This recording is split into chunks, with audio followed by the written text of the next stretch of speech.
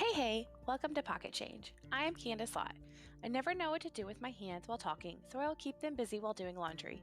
Hang out with me while I ramble on about all kinds of topics and different seasons of life I've experienced. It's going to be loads of fun. Let's get to folding.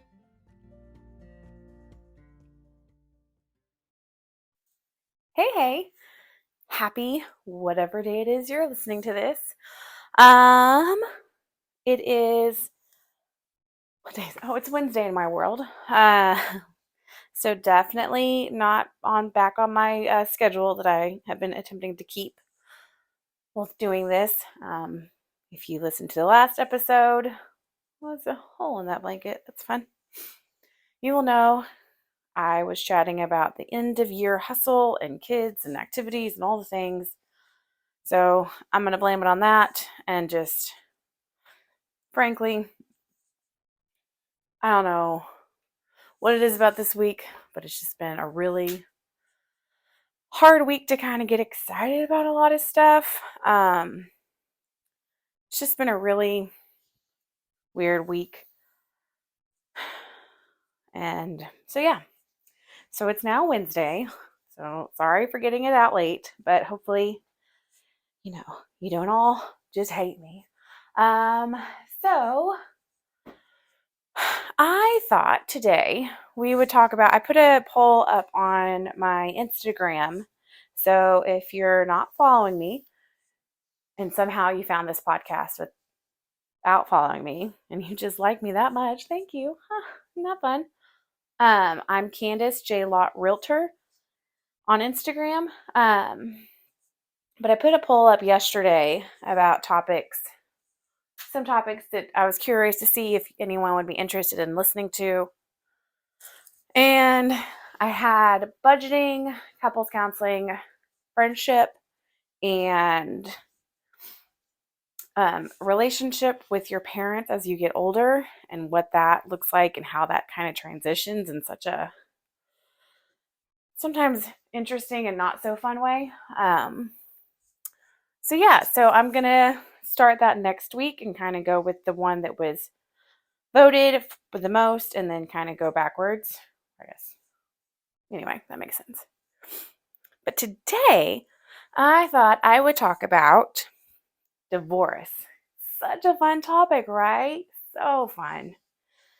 So I know I talked about it a little bit in some previous episodes. That my ex-husband and I were divorced in 2019 after 7 years of marriage. So a lot of people will be like, "Oh, the 7 year itch got y'all." Not really. So I thought I'd kind of give my 2 cents on how our divorce proceedings went, and frankly, just some tips for those that are out there that might be contemplating divorce, and just do everything listen to what I did and don't do anything I did, basically. Those are my tips. So, first of all, we had, let's see, when my ex-husband and I got together, oh, I always enjoy doing math on the fly with y'all because it always goes so well in my favor. I forget how old I was. Mackenzie was about, I want to say 4. Yes, because she started kindergarten.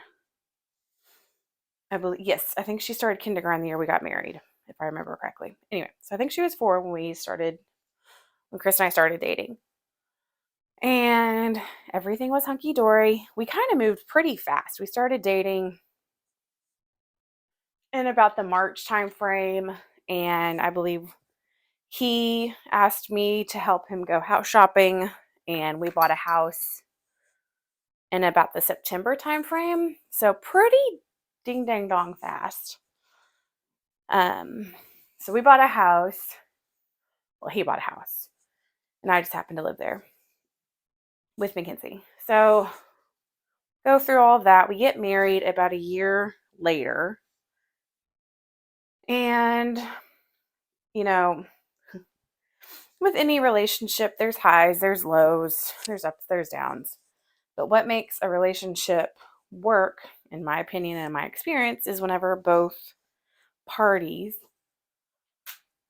are open to doing work on not only themselves, but how they treat their spouse and how to communicate with their spouse.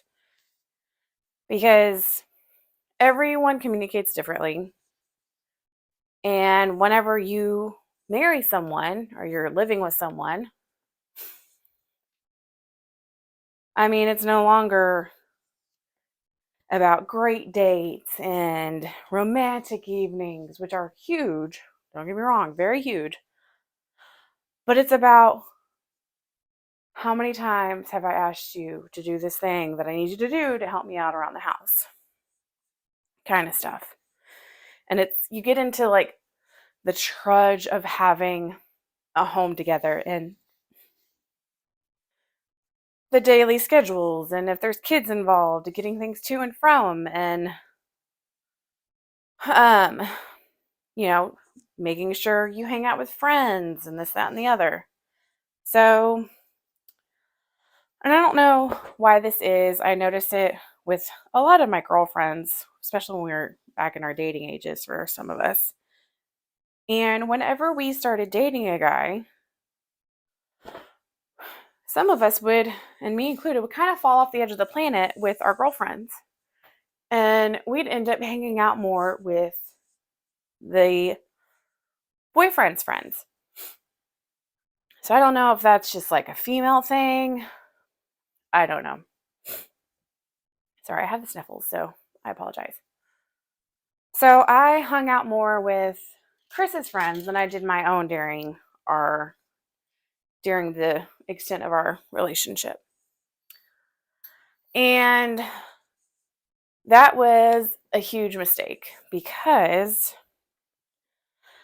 when things started turning to the point to where I was like, okay, well, if things don't improve, like I'm done here. I This is not the marriage I want my kids to see and eventually model whenever they're going to go look for a partner. So then I looked up and all of a sudden I didn't have any friends really that knew Chris much. I had a few friends but that had met him and hung out with him, but not a ton. Because anytime we hung out together as a couple, we were always with his friends. And so that also meant most of my close friends were the wives of his best friends. So it was tricky. And I did learn through all of this, you know, I'm not a big fan of like complaining to your family and friends, well, family specifically, about your significant other. Because here's something I learned: whenever you have something negative, a fight or whatever, and you go and vent to your mom or your dad or whatever, and you say, well, this happened and this happened, well, they're going to hold that and remember that. So even if you patch it up, they're going to remember it. And so I didn't really share a lot about what was going on between Chris and I. Not a lot of people really knew. My family didn't know. Like, two whole friends of mine knew what was happening. And so whenever it came time for us to announce our divorce, and I say announce, but like, it wasn't like a Facebook post. It was just when we shared the news that we were separating and getting divorced, people were just so like blindsided. They were like, "What? I don't understand. You seem so happy on Facebook." Or, "I don't get it. You've never said anything." Well, not that, oh my gosh, I'm yawning. So sorry. Not that you should like hide your problems, but I have counselors. That's who I was talking to about my problems. I had a very select few friends that knew what was going on. Because again, if we recovered from it and got back together, or not back together, but decided to continue on the path of our relationship, I didn't want all these people being like, "Oh, so how's this going?" It's you just don't want them to bring up.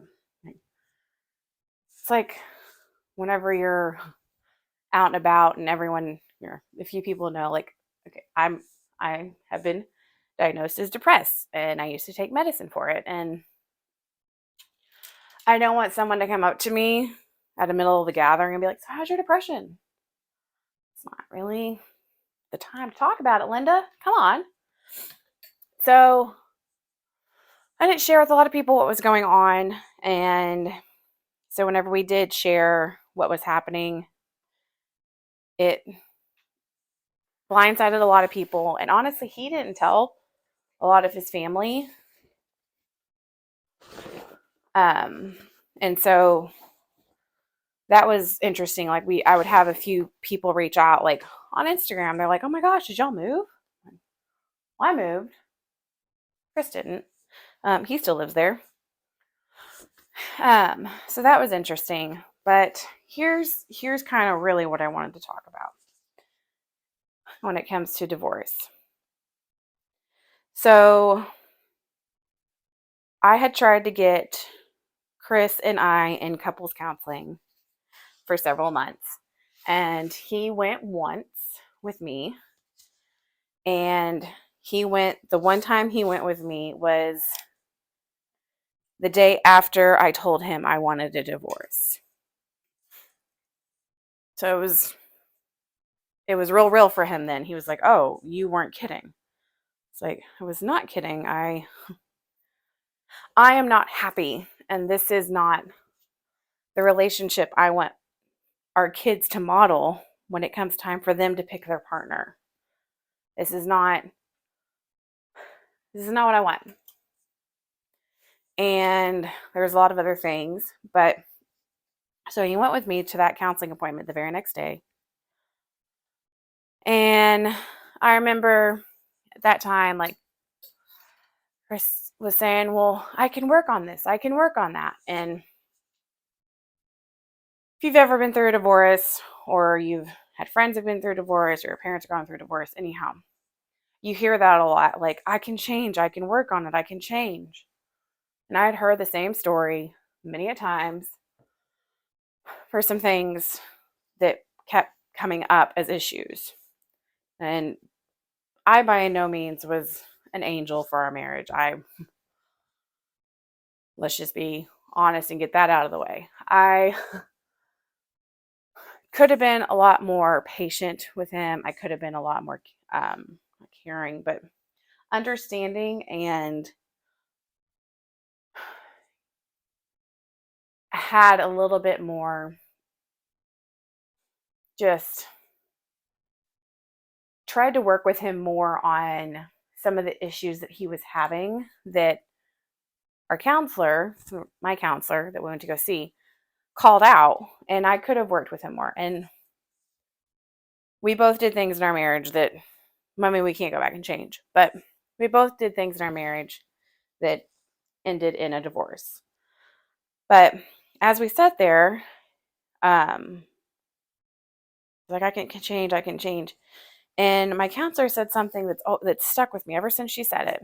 She's like, "Chris, I've been working with Candace for, I think we'd been working together for a year at that time." And she said, "Candace is at the end of this book. She's at the end of it.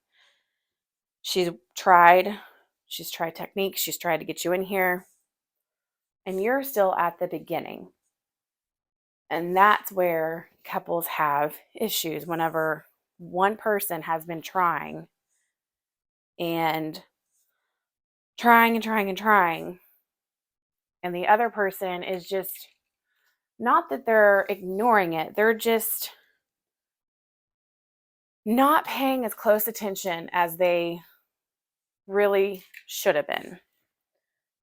And that's just, I mean, when it comes down to it, I believe that is kind of what happened with us. I think there just wasn't the attention to the issues that we were having.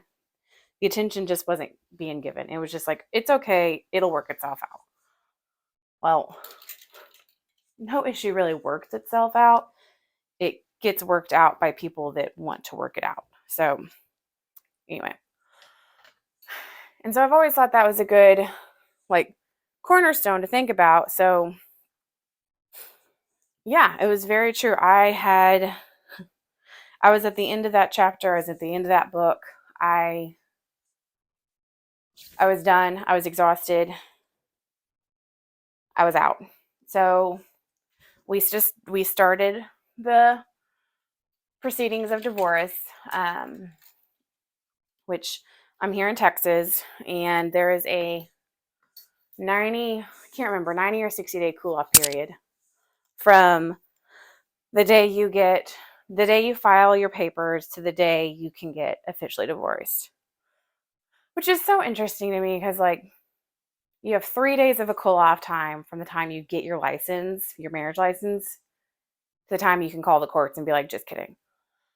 So I do feel like that's an interesting situation. And some states are like 2 years of a cooling off period once you file for separation. And those that have been divorced, you're going to know if you were the one who filed, the day you file for separation, you're so done. You're done with it. You've said your piece and you're filing for separation because you've said your piece. You said everything you can say. Nothing's changed. Nothing's improving. You're done. You're ready to move forward. So separation cooling off period is like, well, I've been working on this for years now. Finally seeked out professional help a year ago, and here we are 12 months later. Now I have to wait another few more months to cool off. Okay, cool. So we file the paperwork, and this is where I will say, do not do as we did. We did not use an attorney. We did it ourselves because I was told that I would leave the marriage with what I came in with. So I left the marriage with a paycheck and the clothes. And then I started up my life with the incredible support from friends and family who helped furnish an entire house for me and the kids. And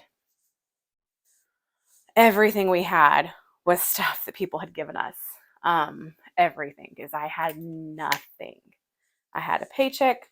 I had a house that I was renting that was terrible.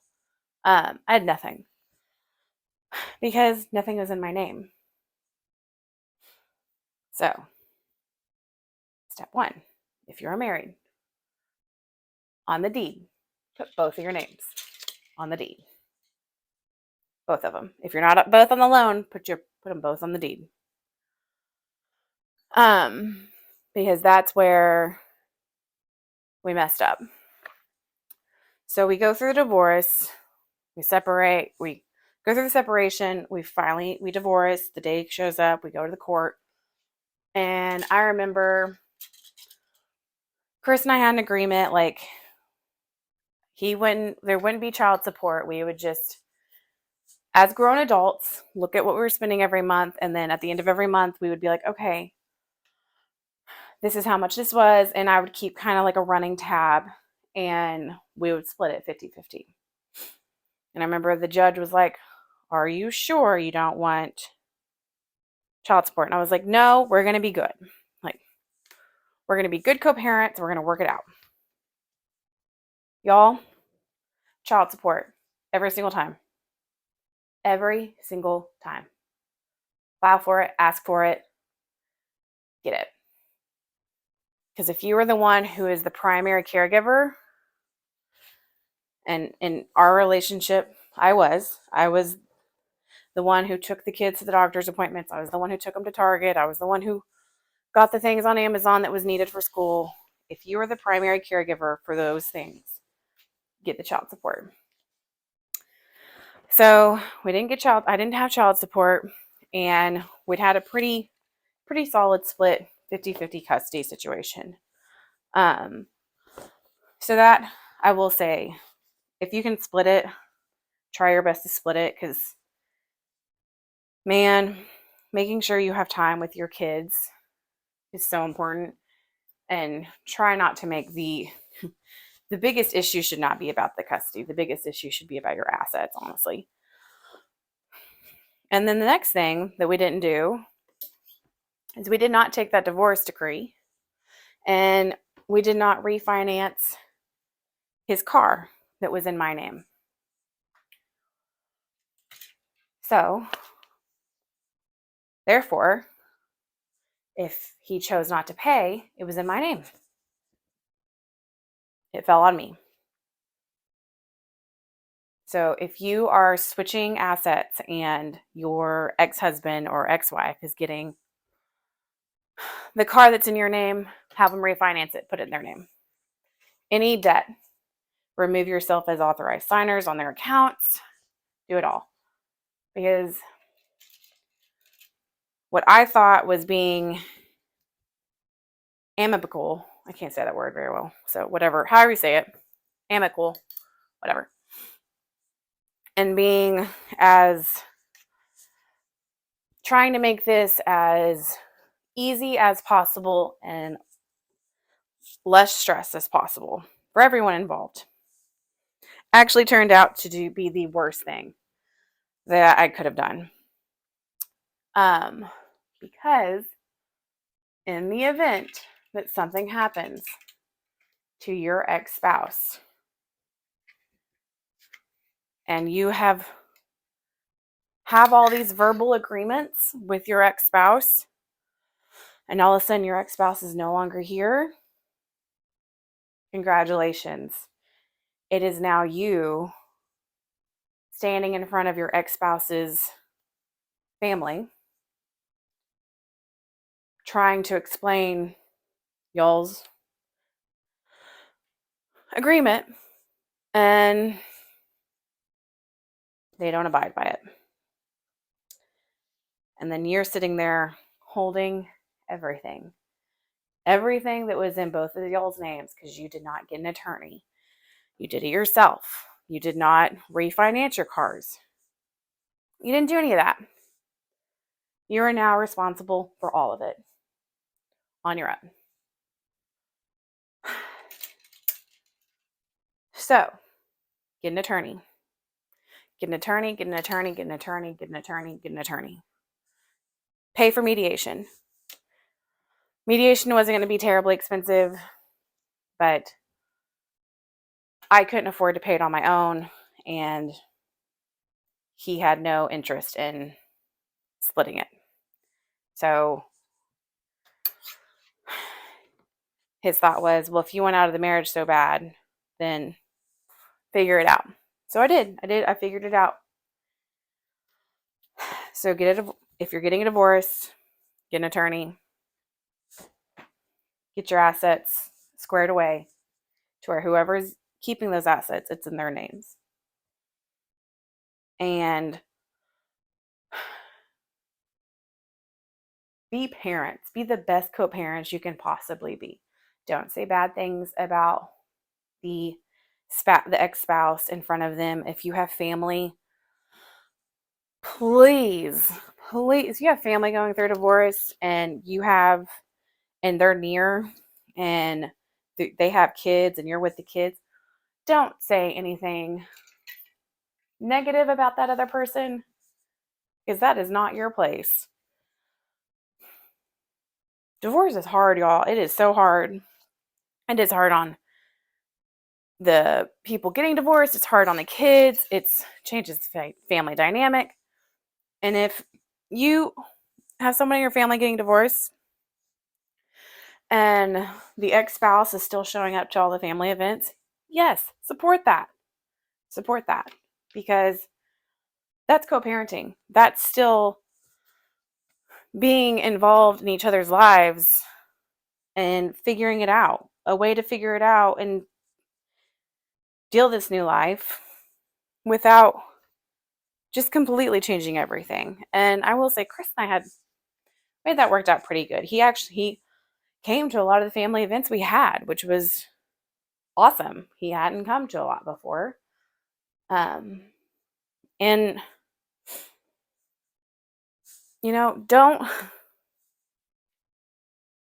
don't take for granted the partner you have. If you see your partner is struggling, try to help out. If your partner asks you to go to counseling, go with them. Divorce is hard. It sucks. It so sucks. And it's very lonely. So if you know someone going through divorce, reach out, ask them how they're doing. Hell, send them like a coffee gift card or something. I mean, it's hard and it's so lonely. And a simple message that just says, thinking about you, hope you're having a great day. Y'all, that can make the biggest difference in that person's day. So that's my few mini cents on divorce. Get an attorney. Get an attorney. Get an attorney. Be kind to one another, because I can guarantee you the couple that are getting the divorce, they have enough stress. They don't need to have the adage of your 2 cents on why you think they should stay together, or why you think y'all should go ahead with the divorce, or how you think they should co-parent whenever you've never been a co-parent, you've never been a single parent, none of that. Just be there to hold their hand, or a shoulder to cry on, or a person to vent to. Those are my things. If you're going through divorce and you're listening to this, very sorry. Very sorry. It's so lonely. And I do hope that through your divorce, you find who you are and it leads you to happier and more joyful days, and days that are filled with light, more light and less dark. So that's all I got for today. So you guys stick around, and next week, I actually have a plan for next week. I know, get excited. Next week, we're going to talk about friendships. So, how they shape us, how they hurt us when they end, things like that. So thank you guys so much for listening, and I hope y'all have one heck of a day. Bye.